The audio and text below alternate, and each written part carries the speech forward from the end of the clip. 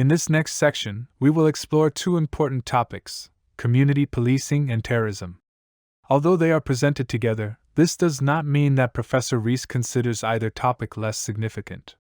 Each plays a critical role in modern law enforcement.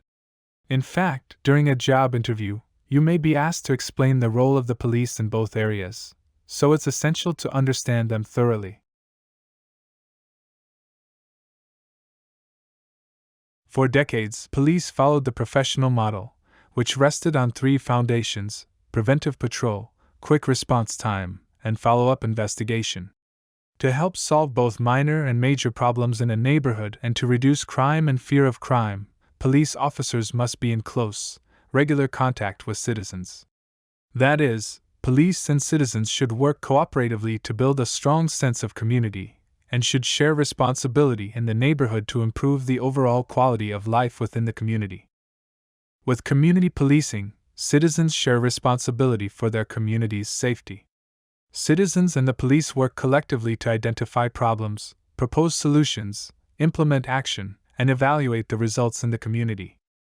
Community policing involves a police-community partnership, problem solving, and the management of change in the way policing services are offered. Terrorism and Homeland Security. According to the FBI, the modern era of terrorism did not begin until the late 1960s, and U.S. soil remained largely free from serious acts of international terrorism until the bombing of the World Trade Center in 1993. Before then, the vast majority of deadly terrorist acts carried out in the United States were committed by domestic terrorists, such as Timothy McVeigh and Terry Nichols. The FBI defines terrorism as the systematic use of terror or unpredictable violence against governments, publics, or individuals to attain a political objective. The FBI divided terrorism into two broad categories: domestic terrorism and international terrorism. Domestic terrorism is perpetrated by individuals and/or groups inspired by or associated with primarily United States-based movements that espouse extremist ideologies of a political, religious, social, racial, or environmental nature. Domestic terrorism is further divided by the FBI into right-wing terrorism, left-wing terrorism, special interest terrorism, and individual terrorism. International terrorism is perpetrated by individuals and/or groups inspired by or associated with designated foreign terrorist organizations or nations. Terrorist threats to the United States' interests fall into three main categories: state sponsors or international terrorism, formalized terrorist organizations, and loosely affiliated extremists and rogue international terrorists. How does American law enforcement respond to terrorism? Local, state, and federal law enforcement agencies have new responsibilities for the prevention of both domestic and international terrorism and for reducing America's fear.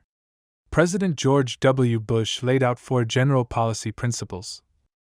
1. Make no concessions to terrorists, and strike no deals, even if U.S. citizens are held hostage.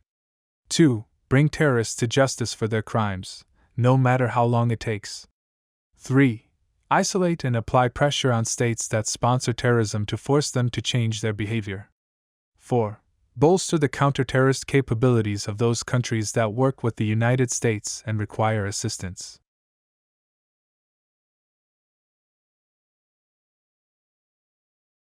This video serves only as an introduction to the section. Be sure to read and study the material carefully. Law enforcement in the United States is complex, and gaining a solid foundation, provided in this section, is essential to understanding how the police operate.